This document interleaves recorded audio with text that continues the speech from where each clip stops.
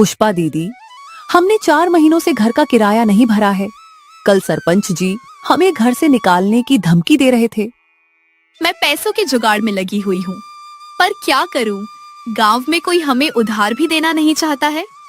बड़ी बहन पुष्पा उदास होकर छोटी बहन रूपा को अपनी हालत बताती है। इतने में दूसरी बहन कजरी कहती है, हमारी किस्मत तो देखो, जो भी काम शुरू करते हैं चलने से पहले ठप हो जाता है। मुझे तो समझ नहीं आ रहा है, अगर ऐसे ही चलता रहा तो हम इतने सारे कर्ज कहाँ से भरेंगे। तीनों बहनें घर में बैठी अपना सुख दुख बांट ही रही थीं। इतने में उन्हें एक आवाज सुनाई देती है। बाहर निकलो तीनों की तीनों। आवाज सुनते ही तीनों घर के बाहर निकलती है। सरपंच को अपने सामने गुस्से में खड़ा देख पुष्पा पूछती है, क्या बात है सरपंच जी, इतनी सुबह सुबह हमारे घर कैसे आना हुआ। सरपंच गुस्से में बोलता है, बहुत हो गया, अब तुम तीनों इस घर से जल्द निकल जाओ। पर क्यों सरपंच जी, आखिर हमने किया क्या है। तुम तीनों महारानियों ने पिछले 4 महीनों से किराया नहीं भरा है। अब मैं तुम्हें और मोहलत नहीं दे सकता। ऐसा न कीजिए सरपंच जी, हम पर दया कीजिए, हम कहाँ जाएंगे, क्या करेंगे। ये सब तुम्हें पहले सोचना चाहिए था। मुझे और कुछ नहीं सुनना है, निकल जाओ मेरे घर से। सरपंच बड़ी निर्दयता से तीनों बहनों को घर से निकाल देता है। तीनों बहनें दर दर भटकने लगती हैं। आज हमें घर से निकले पूरे 3 दिन हो चुके हैं। हम और कब तक यूं ही भटकते रहेंगे। हिम्मत मत हार रूपा, हमें कहीं न कहीं रहने का आसरा मिल ही जाएगा।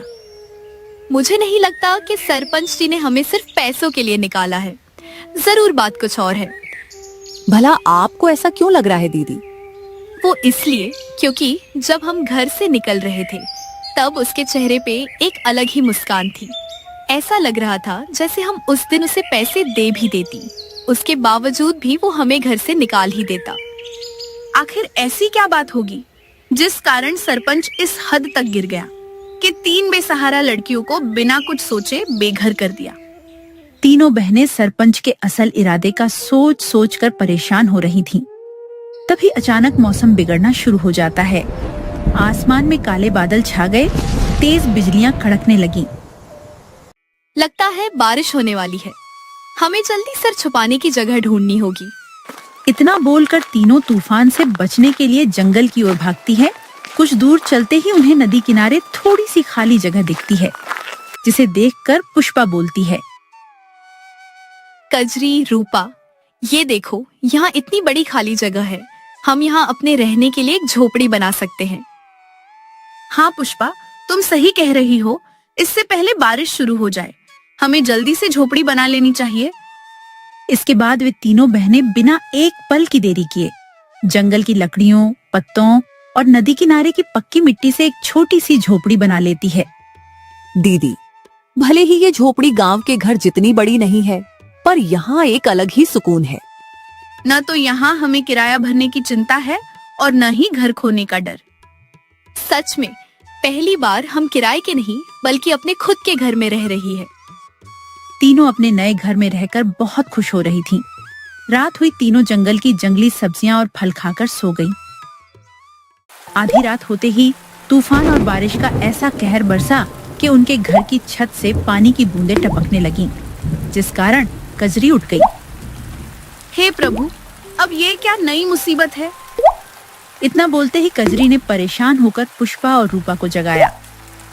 तुम दोनों जल्दी उठो, देखो छत टपक रही है, ऐसा ही रहा तो घर के अंदर पानी भर जाएगा। ये सुनते ही दोनों फौरन नींद से जगी और बारिश से बचने का उपाय सोचने लगी। दीदी, मेरे पास एक उपाय है, क्यों ना हम छत के ऊपर भी मिट्टी का काम कर दें। मिट्टी की मोटी परत होगी तो छत टपकने का कोई डर ही नहीं रहेगा। उपाय अच्छा है, अभी बारिश हो रही है, आज हमें ऐसे ही गुजारा करना होगा। सुबह बारिश बंद होते ही हम घर की मरम्मत का काम शुरू कर देंगे। इतना बोलकर तीनों सुबह होने का इंतजार करने लगती है। छत टपकने के कारण वे सो नहीं पाती, इसलिए कोने में बैठी बैठी पूरी रात बिना सोए गुजार देती है।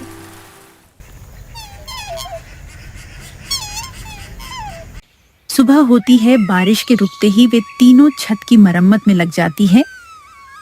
तुम दोनों यहीं रुको, मैं मिट्टी लेकर आती हूँ। थोड़ी देर बाद पुष्पा मिट्टी लेकर आती है और फिर तीनों बहनें छत ठीक करने लगती हैं। अब उनका घर पहले से और भी मजबूत बन गया था। ऐसे ही दिन बीतते चले जाते हैं। अब तो गांव में हर रोज बारिश होनी शुरू हो गई थी, लेकिन तीनों बहनों के घर पर बारिश का कोई असर नहीं पड़ता था। एक दिन बारिश के छुटते ही पुष्पा और कजरी सरपंच के घर जाती है। क्या हुआ, तुम दोनों बहनें यहाँ क्या कर रही हो? घर लेने की उम्मीद न पालना फिर से। सरपंच जी, हमें घर वापस नहीं चाहिए। हम तो बस आपसे एक मदद की उम्मीद करने आए हैं। कैसी मदद? हो सके तो आप हमें कोई काम दिलवा दीजिए। जो भी मुनाफा होगा उसमें से हम आपको भी कुछ हिस्सा दे देंगी। लगता है गरीबी में तुम दोनों बहनों की मति मारी गई है। तुमने ऐसा सोचा भी कैसे कि मैं तुम्हारी मदद करूंगा? आप तो गांव के सरपंच हैं, आपको तो गांव में हर किसी की मदद करनी चाहिए। ये आपका फर्ज है सरपंच जी। अब तुम दोनों मुझे मेरा फर्ज सिखाओगी। मेरे इतने बुरे दिन नहीं आए कि मैं तुम अनाथ बहनों से सलाह लूं। सरपंच उनकी खूब बेइज्जती करता है, मानो जैसे वो बरसों पुरानी कोई दुश्मनी अपने गुस्से के जरिए उनपे निकाल रहा हो। कजरी और पुष्पा उसके ऐसे बर्ताव से परेशान हो चुकी थीं। आखिर आप हमसे इतनी नफरत क्यों करते हैं? हमने आपका बिगड़ा ही क्या है? मैं तुम्हें जवाब देना जरूरी नहीं समझता। अब जाओ यहाँ से, मेरा दिमाग ना खराब करो। इसके बाद दोनों मायूस होकर सरपंच के घर से निकल जाती है। दोनों के अंदर घर जाकर रूपा को सब सच बताने की हिम्मत नहीं रहती है, इसलिए दोनों वहीं रास्ते में रुककर परेशानी का हल सोचने लगती है। कजरी, अब हम क्या करेंगे? काम नहीं मिलेगा तो अपना पेट कैसे पालेंगे? कब तक हम जंगली सब्जियां और फल खाकर गुजारा करेंगे? ऐसे तो हमारी सेहत बिगड़ जाएगी। मुझे तो रूपा की फिक्र हो रही है। हमारी छोटी बहन है, हमें उसे खुश रखना चाहिए, पर किस्मत के हाथों मजबूर उसे भी हमारे साथ दुख झेलने पड़ रहे हैं। दोनों बहनें एक दूसरे से अपना दुख बांट रही थीं। तभी अचानक वहां गांव की कुछ औरतें आती हैं। ये दोनों मनहूस यहाँ क्या कर रही है? इन्हें तो सरपंच ने घर से निकाल दिया था ना। अपने बारे में ऐसी बातें सुनकर कजरी को बहुत गुस्सा आता है और वो उस औरत को सुनाने लगती है। तुम हमें ऐसे कैसे बोल सकती हो? क्या हमने तुम्हारा उधार खाया है जो तुम्हारी बातें सुने? जेब में 1 रुपया तो है नहीं, पर अकड़ तो देखो। जुबान कैंची की तरह चलाने से कुछ नहीं होता। तुम तीनों बहनें हो ही मनहूस। सही कह रही हो बहन, मुझे तो इन तीनों बहनों से नफरत है। इनके माता पिता ने जो गांव वालों के साथ किया था वो कोई भी अब तक भूल नहीं पाया है। कहना क्या चाहती हो? मेरे माता पिता ने ऐसा क्या किया था गांव वालों के साथ? उन्हें बदनाम मत करो, वे तो अब इस दुनिया में भी नहीं हैं। सच सबको कड़वा ही लगता है। खैर, हमें तुम्हारे मुंह नहीं लगना, हमारे पास इतना फालतू समय नहीं है। इतना बोलकर वे औरतें वहां से चली जाती हैं। शाम होते ही कजरी और पुष्पा अपने घर वापस आती हैं। क्या बात है दीदी, आप दोनों इतनी निराश क्यों लग रही हो? कुछ नहीं बाबू, बस थोड़ी काम की चिंता है। आज भी हम खाली हाथ ही लौटे हैं। कोई बात नहीं दीदी, आप दोनों निराश ना हो, ऊपर वाला सब ठीक कर देगा। हो सकता है वो हमारी परीक्षा ले रहा हो। कहने को तो सबसे छोटी हो, पर समझदारी हमसे भी ज्यादा है। मुझे ऐसा क्यों लग रहा है दीदी, जैसे सिर्फ काम ही समस्या नहीं है, बात कुछ और भी है। नहीं तो ऐसा तो कुछ भी नहीं है। तू ज्यादा मत सोच, जाकर सो जा, हम कोई न कोई काम ढूंढ ही लेंगी। तब रूपा, पुष्पा और कजरी रूपा को गांव में हुई चर्चा के बारे में कुछ नहीं बताती है। रात होती है। रूपा के गहरी नींद में जाते ही कजरी परेशान होकर पुष्पा से बातें करने लगती है। पुष्पा, आखिर गांव में सब हमसे इतनी नफरत क्यों करते हैं? जब देखो तब हमारे माता पिता को गलत क्यों कहते हैं? मुझे भी समझ नहीं आ रहा है। आखिर ऐसी क्या वजह है कि सब हम तीनों बहनों से इतनी घृणा करते हैं? यही सवाल उन्हें मन ही मन बेचैन किए जा रहा था। कुछ दिन बीते, अब तो उनकी हालत इतनी खराब हो गई थी कि बिना पैसों के गुजारा करना नामुमकिन सा हो रहा था।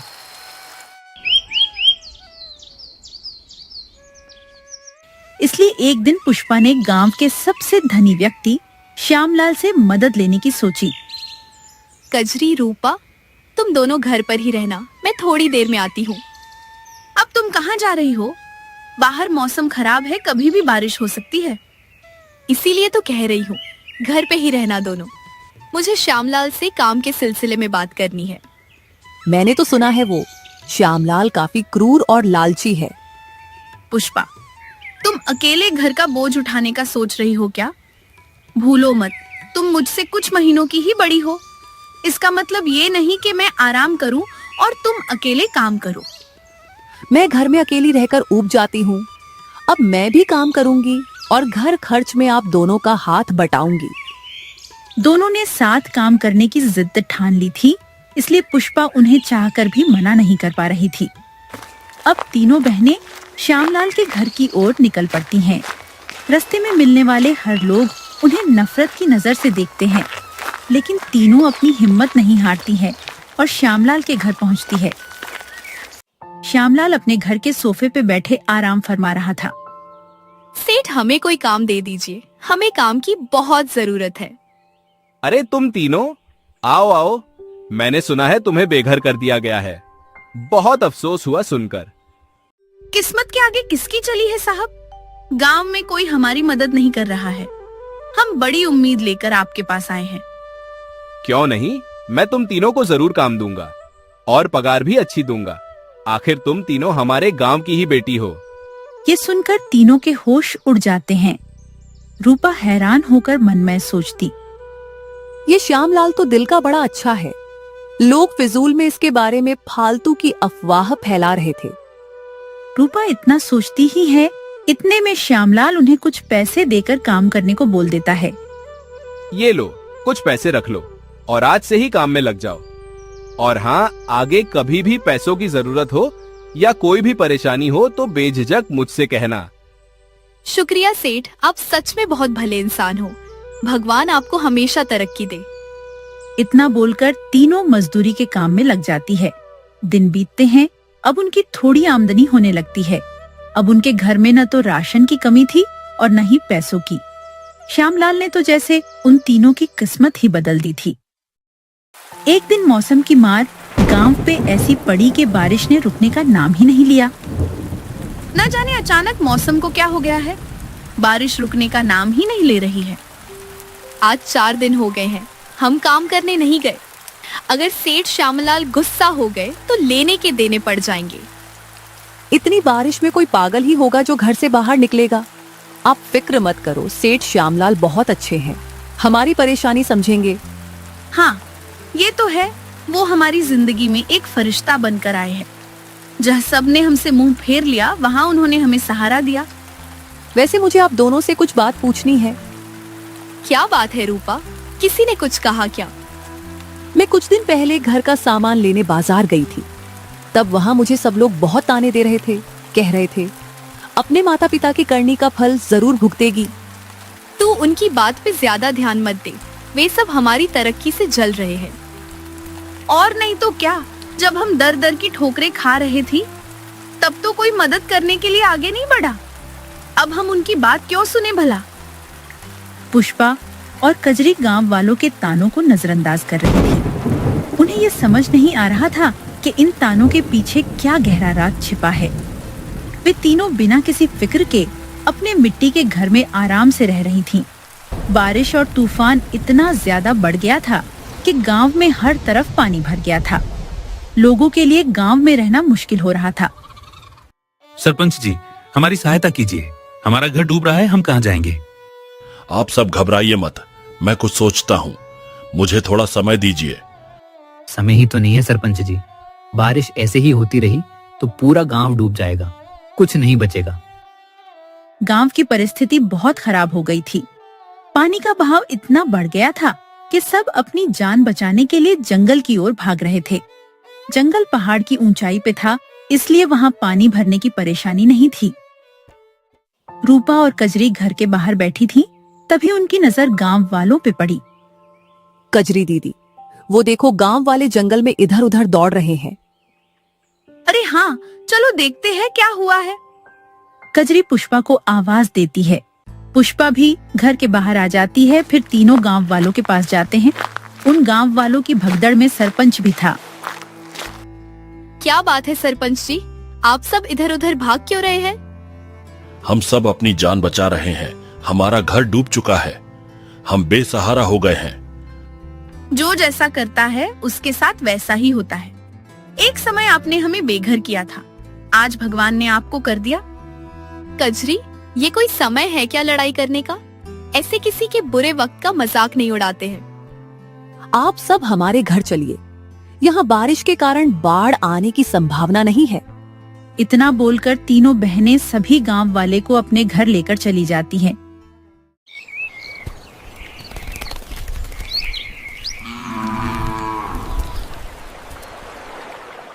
दो दिन बीतते हैं, बारिश का कहर कम होता है। सब अपने अपने घर जाने की तैयारी करने लगते हैं। तब सरपंच, हमें माफ कर देना तुम तीनों। हमने तुम्हारे साथ बहुत अन्याय किया है।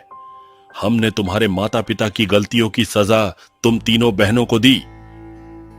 आप सब अक्सर हमारे माता पिता की गलती की बात करते रहते हैं। आखिर उन्होंने ऐसा क्या किया था जिसकी सजा आप सब हम तीनों बहनों को देते आ रहे थे? सरपंच जी, आज आपको सच बताना ही होगा। आखिरकार सरपंच अपनी चुप्पी तोड़ता है और उन्हें सालों पुराना राज बताता है। तुम्हारे माता पिता ने सालों पहले मंदिर के गहनों की चोरी की थी। ये सुनते ही तीनों के पैरों तले जमीन खिसक जाती है। नहीं, ये मुमकिन नहीं। भले ही हमारे माता पिता हमारे साथ ज्यादा समय तक नहीं रहे हो, पर फिर भी हम ये यकीन से कह सकते हैं कि वो ऐसे बिल्कुल नहीं थे। हाँ, मैं 9 साल की थी जब मेरे माता पिता गुजरे थे। उनके गुजरने से पहले वो मुझे हमेशा सच्चाई और धर्म के मार्ग पर चलना सिखाते थे। अब आप ही बताइए, जो अपनी बच्चियों को इतने अच्छे संस्कार दे, वो भला चोरी जैसा गलत काम कैसे कर सकते हैं? तीनों जिद पे अड़ गई थी कि वे अपने माता पिता के माथे पे लगा ये कलंक मिटा कर रहेगी। वे तीनों सरपंच के ऊपर भड़कने लगी थीं। तभी अचानक एक बूढ़े बाबा की आवाज आती है। वे दोनों सच्चे थे। ये सुनते ही सबकी नजर उनके ऊपर जाती है। आप कौन है बाबा? मुझे नहीं पहचाना सरपंच? मैं उस मंदिर का पुजारी हूँ। तुम्हें कहाँ से याद होगा? उस वक्त तो तेरा पिता गांव का सरपंच था। चलो सब मेरे साथ, आज सारे रहस्यों से पर्दा उठेगा। इतना बोलकर बूढ़े बाबा सबको श्यामलाल के घर के आंगन में लेकर जाते हैं। सरपंच, यहाँ खुदाई करवाओ। खुदाई शुरू होती है। मिट्टी के अंदर से मंदिर का खजाना निकलता है। ये खजाना यहाँ कैसे? क्योंकि श्यामलाल ही असली चोर है। वो तेरे पिता का खास मित्र था। उनसे चोरी करके तेरे माता पिता को फंसा दिया। अगर आपको सच पता था तो आपने अब तक किसी को कुछ बताया क्यों नहीं था? मैंने श्यामलाल को चोरी करते देख लिया था, इसलिए वो मेरी जान का दुश्मन बन गया था। उससे बचने के लिए अब तक मैं अपनी पहचान छुपाकर घूम रहा था। वो श्यामलाल बाढ़ से बचने के लिए शहर भाग गया है। अब हम उसे सजा कैसे देंगे? उसने मेरे माता पिता का नाम खराब किया है। इतने सालों तक उसकी वजह से आप सब ने हमें इतने ताने मारे, मेरे माता पिता को कोसते रहे। उसे उसकी भरपाई करनी होगी। हम कैसे भी करके उस श्यामलाल को गांव वापस लाकर रहेंगे। दीदी, मुझे ये समझ नहीं आ रहा है, अगर श्यामलाल इतना बुरा था तो उसने हमारी मदद क्यों की? वो इसलिए क्योंकि ये आधा खजाना है, आधा तुम्हारे पिता ने उससे बचाकर कहीं छुपा दिया था और उसे लगता है कि तुम्हें खजाने का पता है। अब सारी हकीकत उनके सामने थी। उन्होंने शहर में श्यामलाल के पास ये खबर पहुंच पाई कि बाकी का खजाना मिल चुका है। श्यामलाल लालच के भंवर में फंस गया और गांव दौड़ा चला आया। सभी गांव के चौराहे पर खड़े उसका इंतजार कर रहे थे। कहाँ है मेरा खजाना? तुम्हें खजाना नहीं, हथकड़ियां मिलेंगी सेठ। ये सुनते ही श्यामलाल समझ जाता है कि उसे झूठ बोलकर बुलाया गया है। सरपंच और बाकी के गांव वाले उसे पुलिस के पास लेकर चले जाते हैं। फिर रूपा पुष्पा से पूछती है, दोषी को सजा तो मिल गई, पर ये समझ नहीं आया कि पिताजी ने बाकी का खजाना कहाँ छुपाया होगा। मुझे पता है, माँ कहा करती थी कि हमारे घर के आंगन में गांव की धरोहर छिपी है। आज मुझे इसका अर्थ समझ आया। इसके बाद पुष्पा ने अपने किराए वाले घर के आंगन की खुदवाई कराई और खजाना वापस से मंदिर के हवाले कर दिया। फिर वे तीनों बहनें खुशी खुशी नदी किनारे वाले घर में रहने लगीं। अब उन्हें कोई घृणा की नजर से नहीं देखता था। सब उनसे बहुत प्यार करते थे और उन्हें अच्छी पगार पर काम भी देते थे। इस प्रकार की मजेदार कहानियों को सुनने के लिए हमारे चैनल अक्कू टोन को सब्सक्राइब करना ना भूलें।